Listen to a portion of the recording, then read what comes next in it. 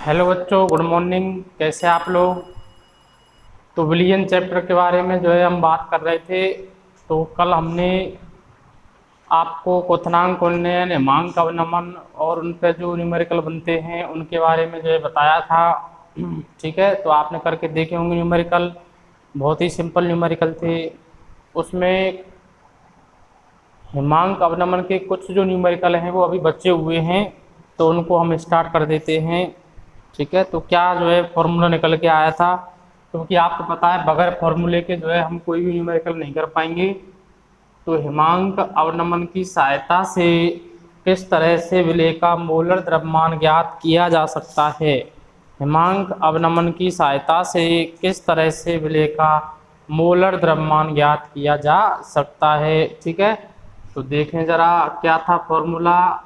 KF into WA into 1000 upon delta TF into WB, यही था formula.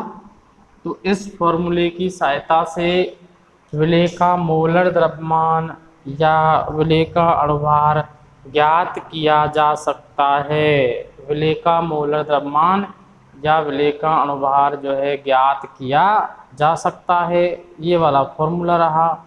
ठीक है, तो इस फॉर्मूले पे कुछ न्यूमेरिकल बनते हैं, उन न्यूमेरिकल्स को करना है अपने को।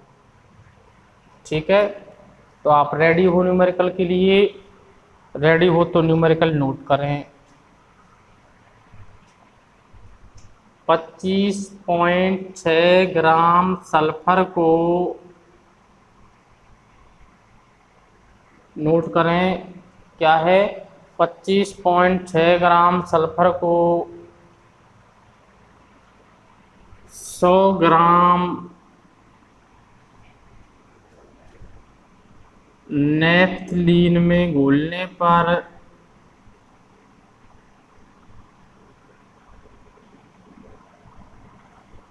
25.6 ग्राम सल्फर है और उसको 100 ग्राम नेफ्थलीन में घोला गया है। ठीक है, घोलने पर हिमांक में अवनमन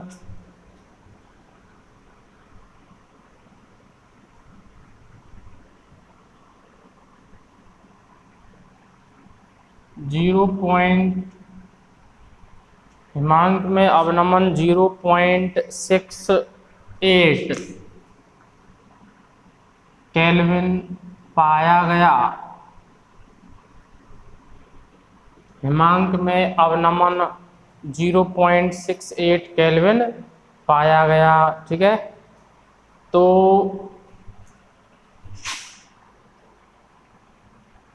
सल्फर का अणु सूत्र ज्ञात कीजिए। क्वेश्चन कह रहा है बेटा कि सल्फर का क्या ज्ञात करना है आपको? अणु सूत्र ज्ञात करना है। ठीक है, तो आपसे कह रहा है कि 25.6 ग्राम सल्फर है और इसको 100 ग्राम नेफ्थलीन में घोला गया है। हिमांक में अवनमन कितना हुआ है? 0.68। तो सल्फर का आपको जो है ज्ञात करना है अणु सूत्र, और इसमें नेफ्थलीन का KF के लिए मान दिया हुआ है, वो है बच्चों 6.8 केल्विन किलोग्राम मोल इनवर्स। इतना जो है KF का मान आपको दिया हुआ है। ठीक है, तो KF का मान दे दिया इतना आपको। तो सबसे पहले आपको देखना है बेटा यहाँ पे विलेय क्या है, विलायक क्या है। तो सबसे पहले आप विलेय और विलायक को आइडेंटिफाई करें, इनको पहचानें।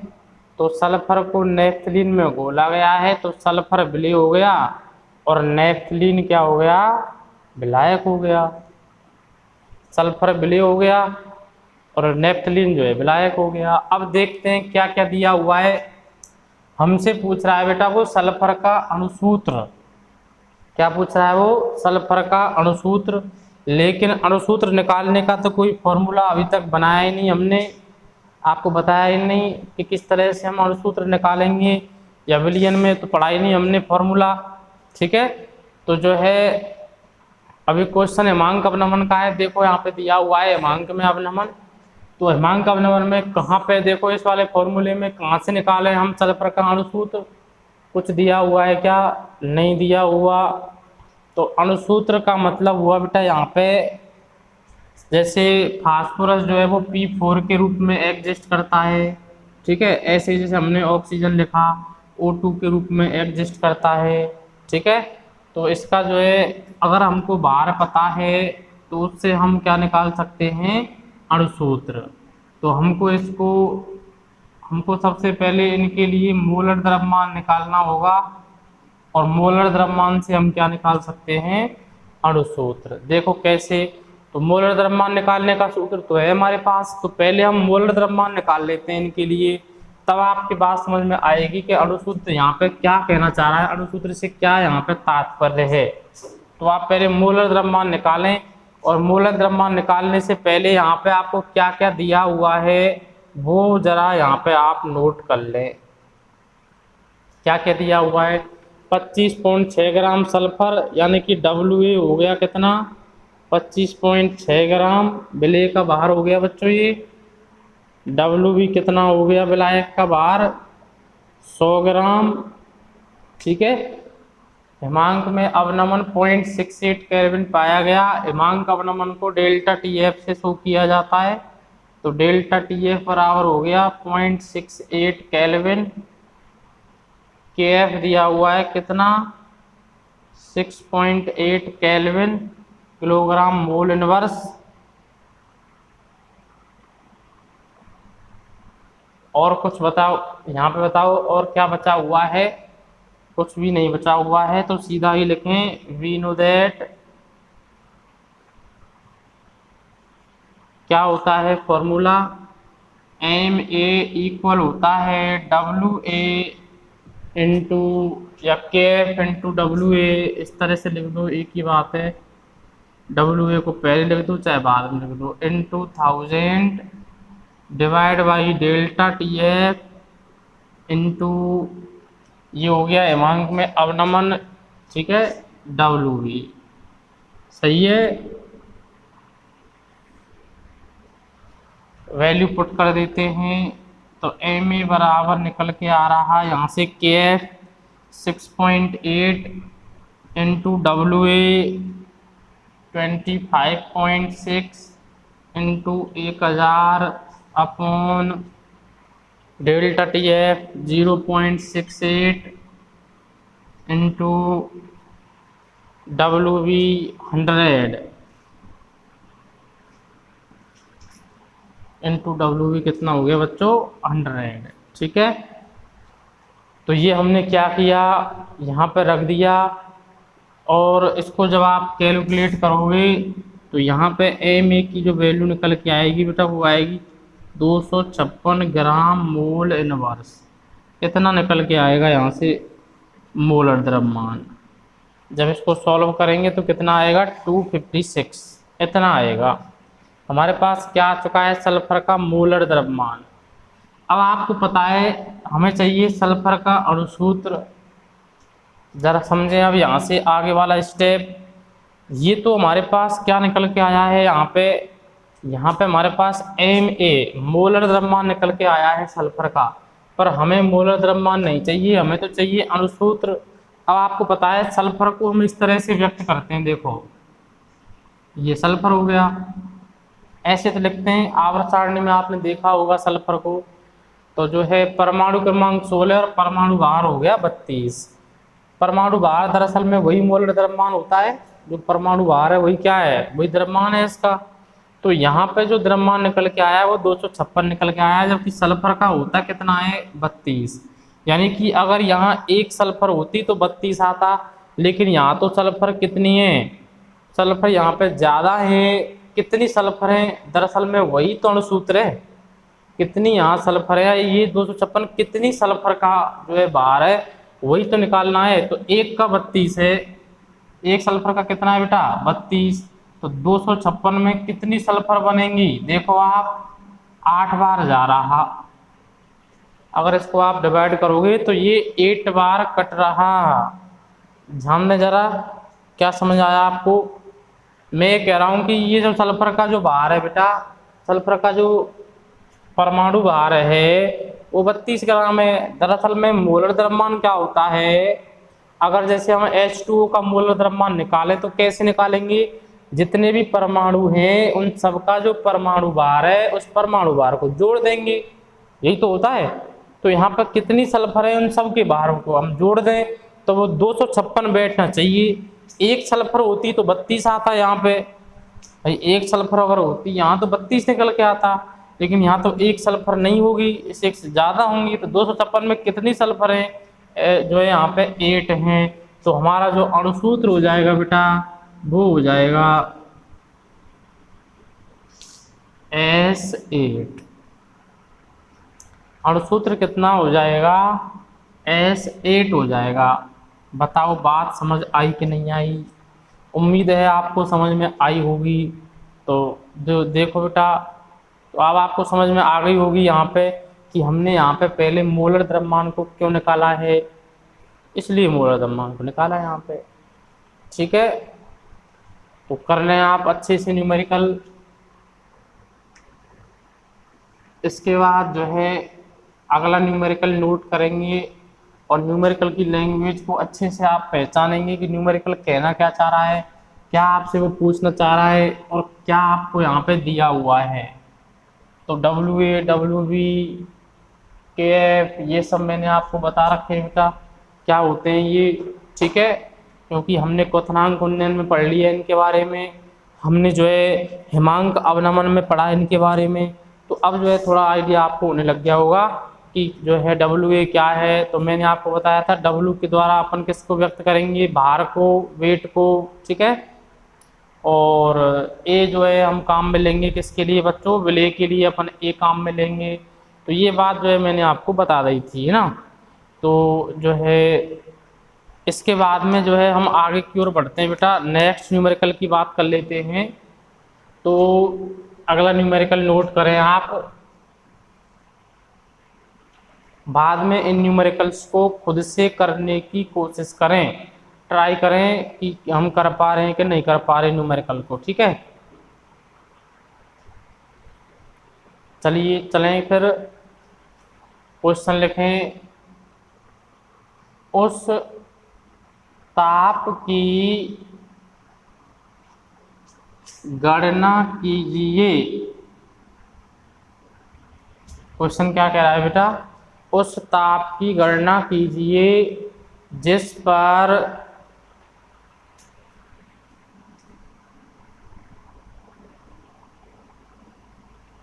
$250 ग्राम जल में उपस्थित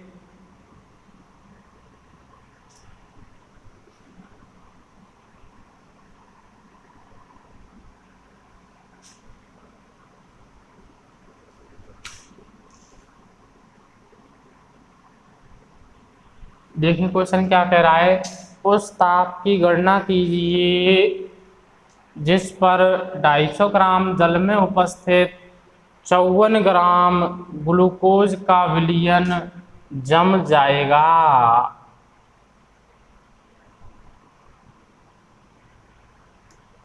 उस ताप की गणना कीजिए जिस पर 250 ग्राम जल में उपस्थित 54 ग्राम ग्लूकोज का विलयन जम जाएगा।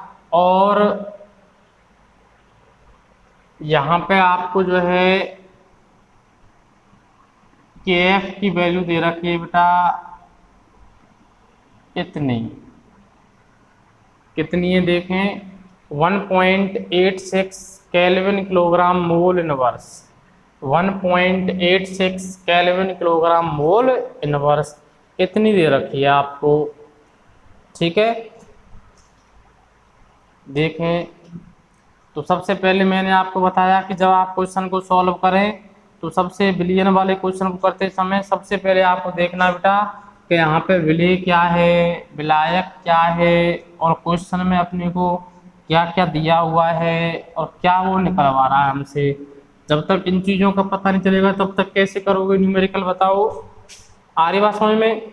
तो देखें जरा यहाँ पे तो सबसे पहले ये देखें वो यहाँ पे पूछ क्या रहा है, उस ताप की गणना कीजिए। ताप पूछ रहा है वो आपसे, कौन सा ताप, जिस पर 250 ग्राम जल में उपस्थित 54 ग्राम ग्लूकोज का विलयन जम जाएगा।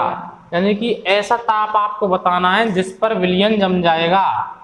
तो इसका मतलब इसको अपन दर्शा देते हैं TF से। फ्रीजिंग टेम्परेचर पूछ रहा है वो आपसे, और किसके लिए पूछ रहा है वो, विलयन के लिए। यानी कि वो आपसे TF निकलवा रहा है। मैंने आपको बताया था अगर मैं यहाँ पे T0F लिख दूँ तो वो तो शुद्ध विलायक के लिए हो जाएगा, लेकिन यहाँ तो पूछ किसके लिए पूछ रहा है वो, विलयन जम जाएगा। देखें जरा लैंग्वेज, उस ताप की गणना कीजिए जिस पर विलयन जम जाएगा। तो टेम्परेचर निकालना है, विलयन फ्रीज हो रहा है, तो यहाँ पे इसको शो कर दिया हमने TF से। जब मैंने आपको हिमांक अवनमन पढ़ाया था तब मैंने आपको ये बात बताई थी कि विलयन का हिमांक TF से दर्शाया जाएगा और शुद्ध विलायक के हिमांक को T0F से दर्शाएंगे, और हिमांक अवनमन को डेल्टा TF से दर्शाया जाता है। तो अगर आपने पिछला वीडियो नहीं देखा है जिसमें हमने डेरिवेशन बताया था हिमांक अवनमन का, तो आप पहले वो वाला वीडियो देखें, उसके बाद ही हिमांक अवनमन के न्यूमेरिकल करें, नहीं तो न्यूमेरिकल नहीं हो पाएंगे, ध्यान रखना। तो ये वाला फॉर्मूला होता है, देखो डेल्टा TF इक्वल होता है T0F माइनस TF, ये होता है फॉर्मूला हिमांक अवनमन का। हमको चाहिए बेटा क्या, TF, तो TF को अपन ले जाते हैं डेल्टा TF की जगह पे, डेल्टा TF को यहाँ ले आते हैं, तो TF बराबर आ रहा T0F माइनस डेल्टा TF, ये आ रहा। इसको दे दिया समीकरण नंबर 1। हमको चाहिए बेटा TF, T0F और डेल्टा TF, जो देखते हैं अब यहाँ पे क्या क्या दिया हुआ है, हमको ये सब होना चाहिए, तभी तो हम इसमें से माइनस करेंगे इसको। ठीक है, अब ये देखते हैं। अब आपको ये तो पता चल गया यहाँ पे विलय क्या है, विलायक क्या है, 250 ग्राम जल में उपस्थित 54 ग्राम ग्लूकोज, तो ग्लूकोज विलय हो गया, जल क्या हो गया, विलायक हो गया। ठीक है, तो हमको क्या क्या दिया हुआ है यहाँ पे,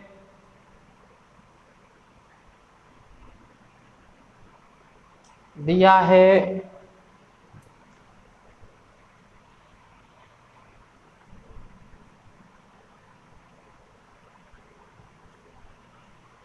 देखें 250 ग्राम जल यानी विलायक का भार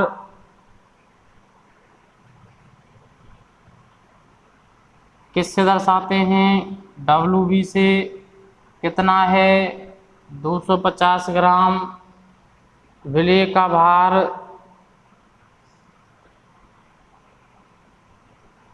किससे दर्शाते हैं, WA से। कितना है, 54 ग्राम। ठीक है, KF दिया हुआ है जिसको कहते हैं मोलल हिमांक अवनमन स्थिरांक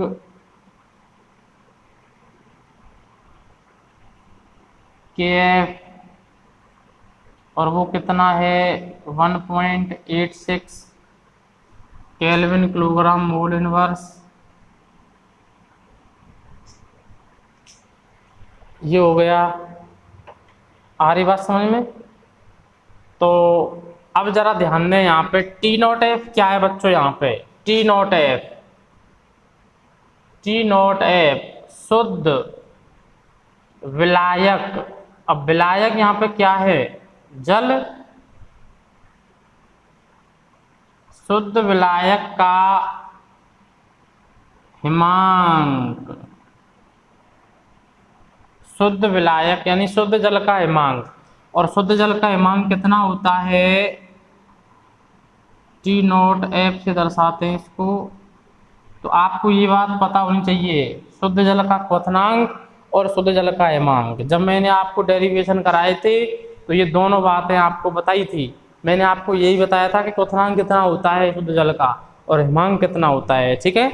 और वैसे भी आप पढ़ते आ रहे हैं शुरू से, तो कितना होता है शुद्ध जल का हिमांक 0 डिग्री सेंटीग्रेड पे तो जमता है, या 273.15 केल्विन, यही तो होता है बेटा। हालांकि ये चीज़ क्वेश्चन में दे नहीं रखी है आपको, इसीलिए नहीं दे रखी कि भाई जल का तो पता ही होगा आपको। T0F क्या है? T0F TF तो क्या हो गया बच्चों? TF क्या होता है? विलयन का हिमांक, और T0F शुद्ध जल का हिमांक, ठीक है।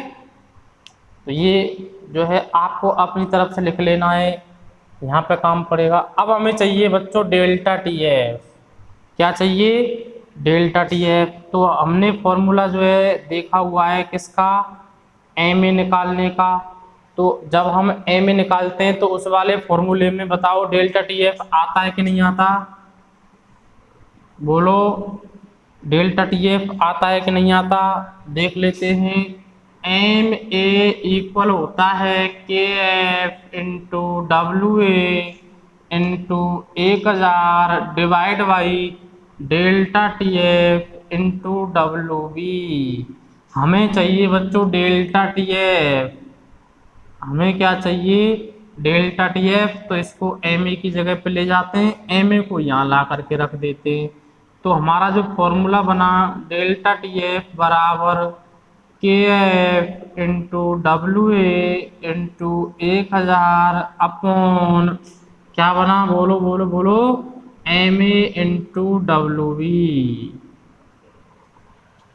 अब ये देखो इसमें से क्या नहीं है हमारे पास?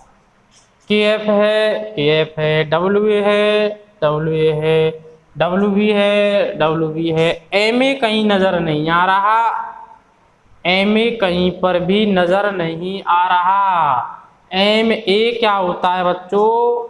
MA होता है विलेय का मोलर द्रव्यमान, और विलेय क्या है यहाँ पे? ग्लूकोज।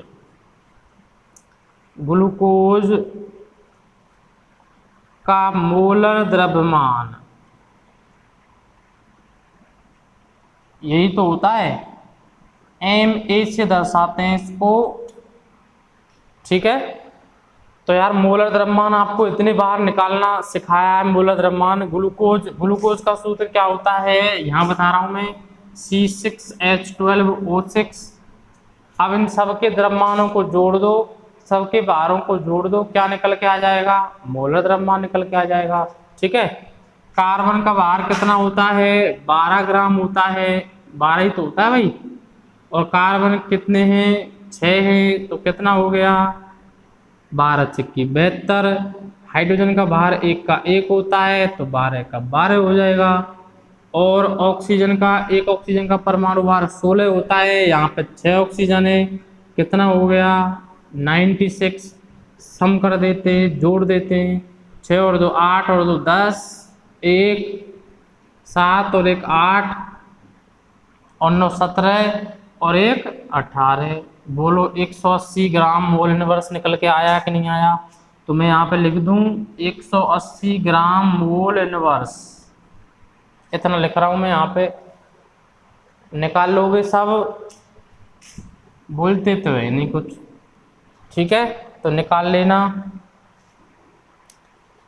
तो डेल्टा TF बराबर आ रहा KF into WA into 1000 MA into WB, है ना। तो रख देते हैं। तो डेल्टा TF बराबर KF रखवाओ 1.86 into WA 54 into 1000 divide by MA 180 रहा इंटू WB 250 रहा,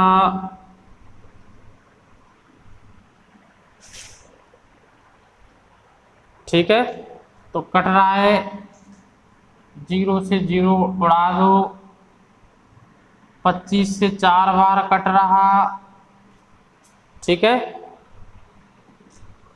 18 से कट रहा है ये 10 बार, और ये 3 बार। फिर 4 से कट रहा 10, 4 से नहीं कट रहा, कितने से कट रहा, 2 से। 2 से इसको आप काट लेना, ठीक है। तो यहाँ पे जो निकल के आएगा डेल्टा टी एफ, वो निकल के आएगा 2.23 kelvin. 2.23 kelvin delta T F निकल के आ गया है। डेल्टा टी एफ आ गया है। टी नॉट एफ हम जानते हैं 273.15, ठीक है, इतना हो गया। तो आप क्या निकाल सकते हैं, टी एफ। तो समीकरण 1 में या समीकरण 1 से, तो समीकरण 1 में वैल्यू पुट कर देते हैं। तो टी एफ बराबर 273.15 माइनस 2.23, 273.15 माइनस 2.23 कितना आ जाएगा,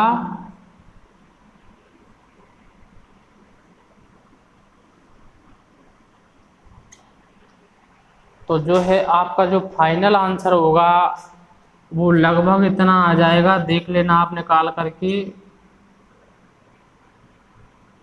इतना आंसर आ रहा। कैलकुलेशन तो करके देख लेना, चेक करके देख लेना बेटा, थोड़ा बहुत ऊपर नीचे भी हो सकता है, ठीक है, आएगा इसी रेंज में। तो टी एफ निकल के आया 270.92 केल्विन, इतना निकल के आया। तो देखो इस क्वेश्चन में हमको क्या क्या करना पड़ा, कुछ जो है वैल्यू हमको माननी पड़ी बेटा, रखनी पड़ी खुद की तरफ से। खुद की तरफ से हमने रखा शुद्ध विलायक यानी जल का हिमांक, टी एफ का मान रखा 273.15, क्योंकि कहीं भी नहीं दिया हुआ है उसने। तो आपको सबसे पहले जब भी आप विलयन का क्वेश्चन करो तो मेरी बात याद रखना, सबसे पहले विलेय और विलायक को पहचानना है आपको कि विलेय क्या है इसमें और विलायक क्या है। उसके बाद में आपको ये पहचानना है बेटा कि इसमें निकालना क्या है। देखो उस ताप की गणना करो तो ताप निकालना है, कौन सा ताप, जिस पर विलयन जो है वो फ्रीज हो जाएगा, विलयन जम जाएगा, यानी टी एफ। तो हमको चाहिए टी एफ, टी एफ चाहिए हमको। और हमने ये फॉर्मूला आपको बताया था हिमांक अवनमन का कि डेल्टा टी एफ बराबर होता है T not F minus T F. T F निकालोगे तो ये वाला फॉर्मूला बन जाएगा। अब टी नॉट एफ हम जानते हैं शुद्ध जल का जो हिमांक होता है, डेल्टा टी एफ अपने को निकालना है। तो डेल्टा टी एफ तो हम भाई मोल द्रव्यमान वाले फॉर्मूले से निकाल लेंगे, सही है ना। तो मोल द्रव्यमान का फॉर्मूला ये हो गया हमारे पास, यहाँ से डेल्टा टी एफ निकाल लिया। डेल्टा टी एफ का मान कितना आया बेटा, 2.23 केल्विन, 2.23 केल्विन। उसके बाद समीकरण 1 में रख दिया है मान, किस किस का, टी नॉट एफ का और डेल्टा टी एफ का। सो जो है यहाँ पे आंसर निकल के आ गया। तो उम्मीद है आपको समझ में आया होगा। नहीं समझ में आया हो दोबारा देखो वीडियो, फिर भी नहीं समझ में आए तो कमेंट में पूछ लो, कोई भी दिक्कत आए तो मिटा दें इसको। स्क्रीनशॉट लेकर भी आप जो है न्यूमेरिकल कर सकते हो। तो ये न्यूमेरिकल हो गए हिमांक अवनमन के, हिमांक अवनमन के न्यूमेरिकल आपको करा दिए हैं। इसके बाद अणुसंघ गुणधर्म में अगला जो अणुसंघ गुणधर्म है उसके बारे में बात करेंगे। तो यहाँ पे हमने वाष्प दाब में आपेक्षिक अवनमन, क्वथनांक उन्नयन, हिमांक अवनमन, हम यहाँ पे 3 अणुसंघ गुणधर्मों के बारे में बच्चों पढ़ चुके हैं। कितने के बारे में, 3। अब चौथा जो अणुसंघ गुणधर्म है यहाँ पे वो क्या है, परासरण दाब। चौथा अणुसंघ गुणधर्म क्या है बच्चों, परासरण दाब। तो उसको स्टार्ट करते हैं, उससे पहले कुछ छोटी छोटी सी परिभाषाएं हैं उनको देख लेते हैं। विसरण की दी हुई है यहाँ पे डिफ्यूजन,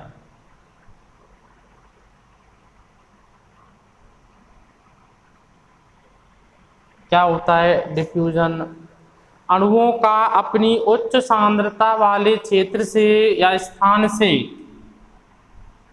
अणुओं का अपनी उच्च सांद्रता वाले क्षेत्र से निम्न सांद्रता वाले क्षेत्र की ओर या स्थान की ओर, निम्न सांद्रता वाले स्थान की ओर गमन करने की प्रक्रिया को विसरण कहा जाता है। क्या कहा जाता है बच्चों? विसरण। देखें क्या परिभाषा है, अणुओं का अपनी उच्च सांद्रता वाले स्थान से निम्न सांद्रता वाले स्थान की ओर गमन करने की प्रक्रिया को विसरण कहा जाता है। यानी कि जहाँ पे अणुओं की सांद्रता ज़्यादा होती है वहाँ से अणु गमन करना स्टार्ट कर देते हैं, जहाँ पे अणुओं की सांद्रता कम होती है। जैसे आपने देखा होगा जल कहाँ से कहाँ गमन करता है? उच्च सांद्रता यानी उच्च तल वाले क्षेत्र से निम्न तल वाले क्षेत्र की ओर। या भाई ऐसे कह सकते हैं कि जहाँ पे जल के अणु ज़्यादा हैं वहाँ से गमन करने लगेगा, ज़्यादा जल के अणु कम हैं।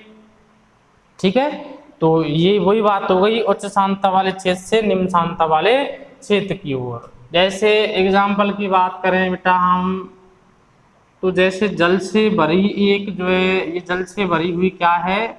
एक द्रोणी है या पात्र है। जल से भरी एक द्रोणी या पात्र है, इसमें हमने क्या किया बच्चों? सांद्र KMnO4 डाल दिया। ये क्या है? सांद्र KMnO4, सांद्र पोटेशियम परमैंगनेट, बैंगनी रंग का होता है ये। तो ये डाल दिया। अब आपको पता है पोटेशियम परमैंगनेट के अणु यहीं पे हैं, जल में तो नहीं है। ठीक है, तो यहाँ से गमन करेंगे, जहाँ पे सांद्रता ज़्यादा है वहाँ से गमन करेंगे जल की ओर, यानी कि कम सांद्रता की ओर। भाई KMnO4 के अणु केवल सतह पे हैं, डाला है हमने KMnO4 तो सतह पे है KMnO4, यहाँ है ही नहीं जल में। ठीक है, तो जल में इसकी सांद्रता कम हो गई या जीरो हो गई, और यहाँ पे इसकी सांद्रता है, तो कहाँ से गमन करेंगे? अधिक सांद्रता से कम सांद्रता की ओर। और कुछ समय बाद हम क्या देखेंगे कि पूरा का पूरा जो जल है वो बैंगनी हो जाएगा, या इसमें जो भी विलयन भरा हुआ है वह बैंगनी रंग सर्वत्र फैल जाता है। बैंगनी रंग जो होता है वह सर्वत्र फैल जाता है, यानी सभी जगह पर वो फैल जाता है बैंगनी रंग। ठीक है, तो ये जो है क्या कहलाती है घटना? विसरण कहलाती है बच्चों। क्या कहलाती है? विसरण। ठीक है, समझ आ गई होगी आपको। इसके बाद परासरण, ऑस्मोसिस। विसरण के बाद परासरण पढ़ेंगे हम। उसके बाद में आएगा बच्चों परासरण दाब। उसके बाद में क्या आएगा? परासरण दाब। तो विसरण समझ में आ गया आपको। परिभाषाएं बहुत इंपॉर्टेंट है, यहाँ से परिभाषा पूछ लेता है बोर्ड में, तो आपको परिभाषा जो है वो बिल्कुल भी मिस नहीं करनी है। अब देखें परासरण क्या होता है। अंग्रेजी में कहते हैं बेटा इसको ऑस्मोसिस। तो यहाँ पे हम परासरण की परिभाषा दो संदर्भों में पढ़ेंगे बेटा। एक तो विलायक के संदर्भ में, विलायक के संदर्भ में, और दूसरा पढ़ेंगे बेटा विलयन के संदर्भ में। ठीक है, तो परासरण की परिभाषा हम यहाँ पे दो संदर्भों में पढ़ने वाले हैं। एक तो हम पढ़ेंगे किसके संदर्भ में, विलायक के संदर्भ में, और दूसरा जो हम पढ़ने वाले हैं यहाँ पे वो हम पढ़ेंगे किसके संदर्भ में बेटा, विलयन के संदर्भ में। तो दोनों परिभाषाओं को बड़े ही अच्छे से, बड़े ही ध्यान से समझना है, बहुत ज़्यादा ध्यान से समझना है। हम आपको जो है अच्छे से समझाने का प्रयास करेंगे विलायक के संदर्भ में। तो देखें क्या है परिभाषा, विलायक के अणुओं का, विलायक के अणुओं का अपनी उच्च सांद्रता वाले क्षेत्र से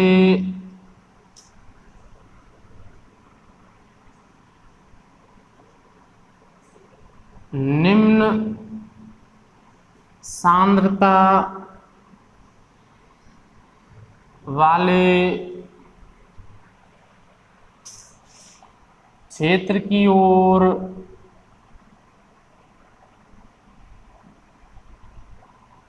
अर्धपारगम्य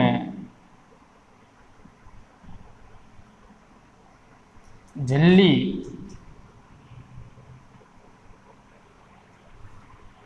अर्धपारगम्य झिल्ली, ठीक है। तो ध्यान दें यहाँ पे अर्धपारगम्य झिल्ली को बेटा अंग्रेजी में सेमी परमिएबल मेम्ब्रेन कहा जाता है, सेमी परमिएबल मेम्ब्रेन, ठीक है। और ये बात यहाँ पे क्यों बताइए, क्योंकि इसको हम शॉर्ट में बेटा SPM लिखा करेंगे, सेमी परमिएबल मेम्ब्रेन, ठीक है। तो यहाँ से S ले लिया, यहाँ से P और यहाँ से M, तो इसको अपन शॉर्ट में क्या लिखा करेंगे, SPM, सेमी परमिएबल मेम्ब्रेन अर्धपारगम्य झिल्ली। तो जब मैं यहाँ पे शॉर्ट में लिखूँ SPM, ठीक है, आगे जब शॉर्ट में लिखेंगे तो वहाँ पे आपको बिल्कुल भी कंफ्यूज नहीं होना है कि ये क्या बता दिया सर ने। तो जो है मैं आपको यहीं पे बता रहा हूँ ये बात, अर्धपारगम्य झिल्ली से होकर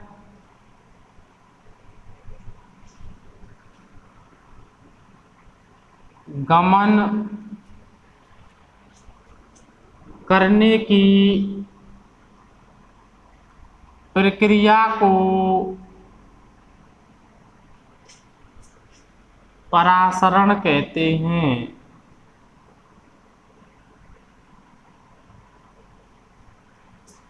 तो विलायक के अणुओं का अपनी उच्च सांद्रता वाले क्षेत्र से, वही विसरण की तरह हो गई बात भाई, जहां पे सांद्रता ज्यादा होगी वहां से गमन करेंगे किधर, जहां पे सांद्रता कम होगी, और किस में होकर गमन करेंगे बेटा, अर्धपारगम्य झिल्ली।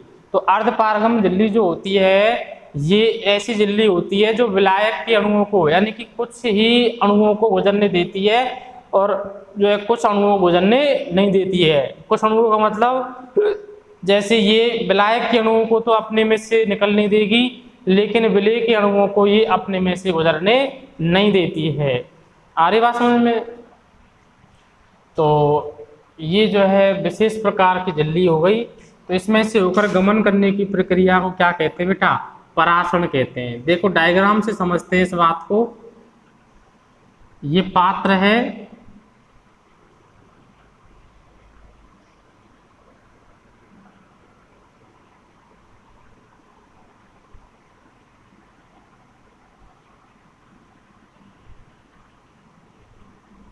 इसमें जो है यहाँ क्या लगी हुई है, अर्धपारगम्य झिल्ली, ये SPM, सेमी परमिएबल मेम्ब्रेन, अर्धपारगम्य झिल्ली लगी हुई है इसमें। देखें जरा, एक पात्र है बेटा और उस पात्र में जो है क्या लगी हुई है, एक अर्धपारगम्य झिल्ली लगी हुई है।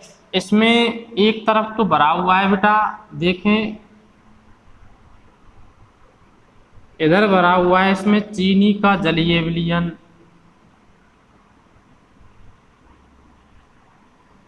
चीनी का जलीय विलयन है इसमें, और इधर भरा हुआ है शुद्ध विलायक यानी जल, इधर शुद्ध जल भरा हुआ है, ठीक है। तो चीनी में भी, चीनी का जो जलीय विलयन है इसमें भी होगा जल और इधर भी है जल, लेकिन जल के अणु ज्यादा किधर होंगे? बोलो, इधर तो केवल जल ही जल है भाई, इधर तो जल में चीनी भी है, ठीक है। तो ज्यादा जल के अणु कहाँ होंगे बेटा? इधर होंगे, ठीक है। तो जल के जो अणु हैं वो अपनी उच्च सांद्रता से, यानी कि इधर से इधर की ओर गमन करेंगे, इस तरह से गमन करेंगे, फ्लो ऐसे होगा, होगा कि नहीं होगा? इसे ही कहेंगे परासरण। तो जल के अणु इधर से प्रवेश करेंगे चीनी के जलीय विलयन में, क्योंकि जल के अणु की सांद्रता यहाँ ज्यादा है और यहाँ सांद्रता कैसे है बेटा? कम। तो ये तो हो गया विलायक के संदर्भ में। और दूसरी परिभाषा है विलयन के संदर्भ में।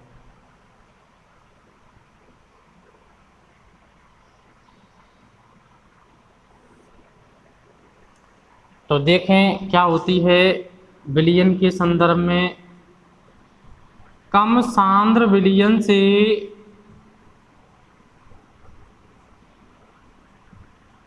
विलायक के अणुओं का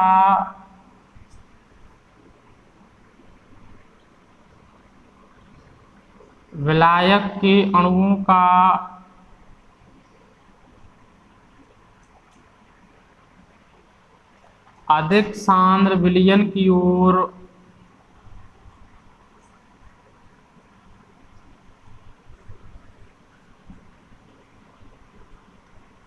अर्ध पारगम्य झिल्ली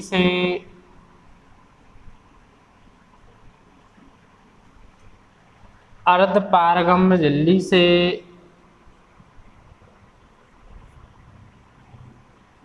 गमन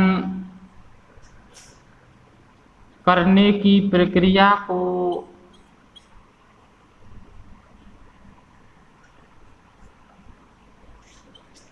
परासरण कहते हैं।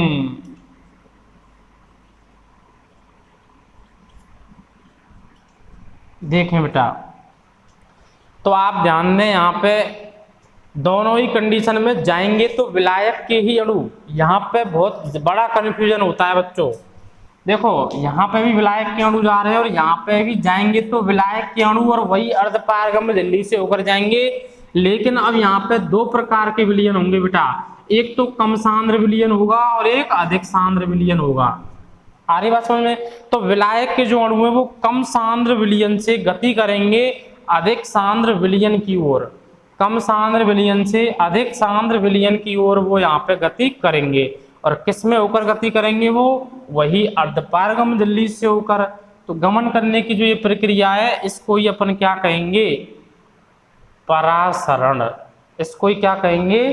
परासरण। तो देखो चित्र से हम समझाते हैं आपको ये बात। ऐसा ही चित्र बना रहे हैं इसके लिए, देखो अच्छे से समझना डायग्राम को, है ना।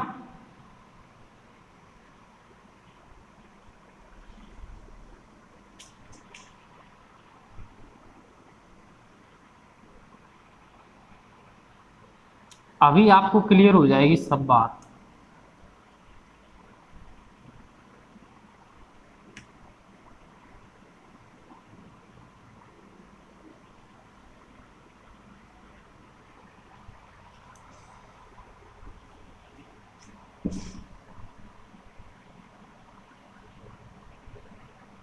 ये तो एक रफली डायग्राम है और यहाँ वही अर्धपारगम्य झिल्ली लगी हुई है, ठीक है। इधर भी विलयन भरा हुआ है और इधर भी विलयन भरा हुआ है।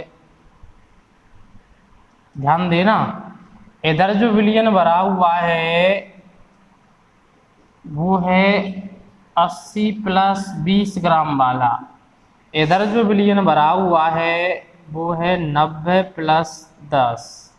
देखो विलयन का जो टोटल जो बार है यहाँ पे वो तो 100 है, यहाँ पे भी 100 है। जो ज्यादा दिया हुआ है बच्चों, ज्यादा जो मात्रा दे रखी है वो विलायक है यहाँ पे, कम जो मात्रा है वो क्या है यहाँ पे? विलय। और सेम यहाँ पे ज्यादा मात्रा जो है वो यहाँ पे क्या है? विलायक है। और कम मात्रा जो है यहाँ पे वो क्या है? विलय।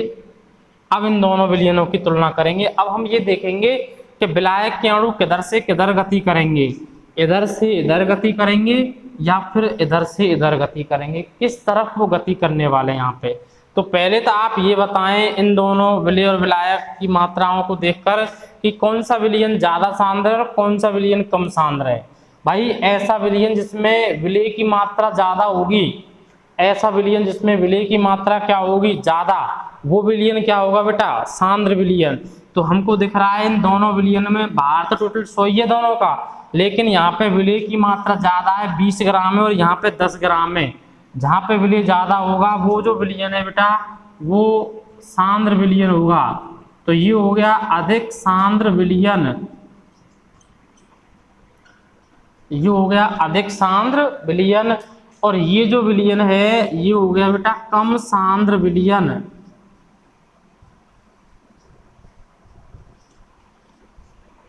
कम सांद्र विलयन, ठीक है, दिखाई दे रहा नीचे पूरा अच्छे से। चलिए, तो ये कम सांद्र विलयन हो गया क्योंकि यहाँ पे विलय की मात्रा कम है, और ये अधिक सांद्र विलयन हो गया क्योंकि यहाँ पे विलय की मात्रा ज़्यादा है, यहाँ 10 ग्राम ही है, यहाँ 20 ग्राम है, ठीक है। तो जिसमें विलय की मात्रा ज़्यादा होगी वो अधिक सांद्र विलयन होगा।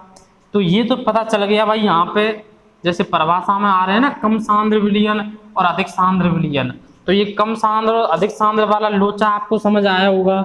इसके बाद में देखते हैं विलायक के अणु अधिक सांद्रता से कम सांद्रता की ओर गति करते हैं हमेशा। विलायक के जो अणु हैं वो हमेशा अधिक सांद्रता वाले क्षेत्र से कम सांद्रता वाले क्षेत्र की ओर गति करेंगे। अब विलायक के अणु किधर ज्यादा हैं देखें जरा आप, इधर तो विलायक के अणु देखें इतने हैं, इधर विलायक के अणु इतने हैं, तो बताओ किधर विलायक के अणु ज्यादा हैं, इधर ज्यादा हो गए। तो विलायक के अणु कैसे गति करेंगे, इस तरह से गति करेंगे, ऐसे गति करेंगे विलायक के अणु जैसे ऊपर गति कर रहे थे। देखें तो यहाँ पे देखो कौन सा विलयन है बेटा, ये कम सांद्र विलयन, यानी कि विलयन कैसा है, कम सांद्र। कम सांद्र विलयन का मतलब है कि उसमें विलय तो क्या है कम और विलायक क्या है ज्यादा, और जब विलायक ज्यादा होगा तो वो विलायक जो है जिधर ज्यादा है उधर से गति करेगा कम की ओर। तो समझे यहाँ पे कम सांद्र विलयन है, ना कि विलायक के अणु कम है, ऐसा कतई नहीं है। विलयन कम सांद्र है, विलयन कम सांद्र होने का मतलब है कि विलय हो गया कम और विलायक हो गया ज्यादा।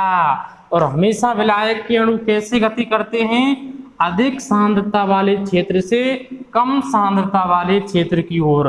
तो यहाँ पे देखें विलायक के अणु और यहाँ देखें आप विलायक के अणु, इधर ज्यादा हो गए तो विलायक के अणु गति करेंगे कम सांद्र विलयन से अधिक सांद्र विलयन की ओर। यही परिभाषा है विलयन की रेफरेंस में कि कम सांद्र विलयन से विलायक के अणुओं का अधिक सांद्र विलयन की ओर अर्ध पारगम्य झिल्ली से होकर गमन करने की प्रक्रिया को परासरण कहते हैं। तो परासरण की दो डेफिनेशन हमने यहाँ देखी, एक तो विलायक के रेफरेंस में और दूसरी विलयन के रेफरेंस में, ठीक है। तो ये अभी हमने चौथा अणुसंघ गुणधर्म स्टार्ट नहीं किया है, अभी तो स्टार्ट होएगा वो परासरण दाब जिसको हम कह रहे हैं। 4 अणुसंघ गुणधर्म आपको यहाँ बताए थे। पहला वाष्प दाब में आपेक्षिक अवनमन कंप्लीट हो गया, दूसरा क्वथनांक उन्नयन कंप्लीट हो गया, तीसरा हिमांक अवनमन कंप्लीट हो गया, चौथा बचा हुआ है परासरण दाब। लेकिन परासरण दाब से पहले ये छोटी छोटी सी परिभाषाएं जो आपको परासरण दाब में कंफ्यूज करती, तो वो आपको पहले यहाँ पे क्लियर कर दी गई हैं। इसके बाद में जो है परासरण दाब देखेंगे कल की वीडियो में। तो आप इसे अच्छे से देखना, समझना, पढ़ना, और जो है आपको 100% समझ में आएगा। न्यूमेरिकल आप करना अच्छे से, कोई भी दिक्कत आए न्यूमेरिकल में तो आप कमेंट के द्वारा बता देना, हम उसको सॉर्ट आउट करेंगे और आपकी प्रॉब्लम सॉल्व करी जाएगी। ठीक है, धन्यवाद।